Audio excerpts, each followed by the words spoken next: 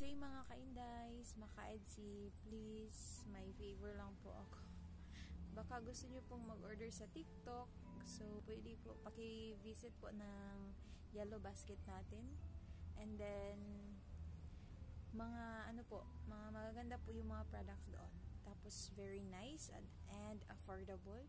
And also, if mag-order po kayo, so may makukuha po ako ang so laking tulong na po siya sa akin. Dagdag allowance lang po. Dagdag allowance. Kasi college, so need din siya o need din ng extra.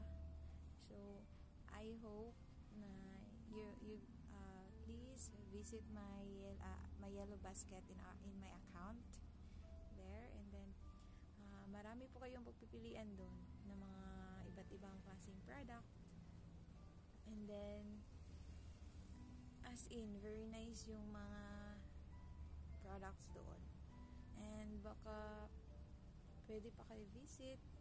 Laking tulong na po, promise. And I'm so thankful sa mga nag-visit, even though wala sila nag-order, pero na-appreciate na ako ilahang pag-view sa mga product dito sa Yellow Basket. And I hope i-visit ninyo guys, mga ka-Indays, mga ka-Edsy. Please visit my Yellow Basket and my TikTok account. And thank you also sa mga nag-follow, sa mga nag-share. May kasi ako may nakikitang nag-share minsan. Thank you sa nag-click ng favorites or fave, and then also thank you sa mga nag-comment, sa mga laging nagre-react ng mga videos. Thank you, and I'm so happy, and I'm very na-appreciate ko po yung mga ginagawa mo. And thank you lalo na sa mga ka-Edsy supporters, mga ka-Inday supporters.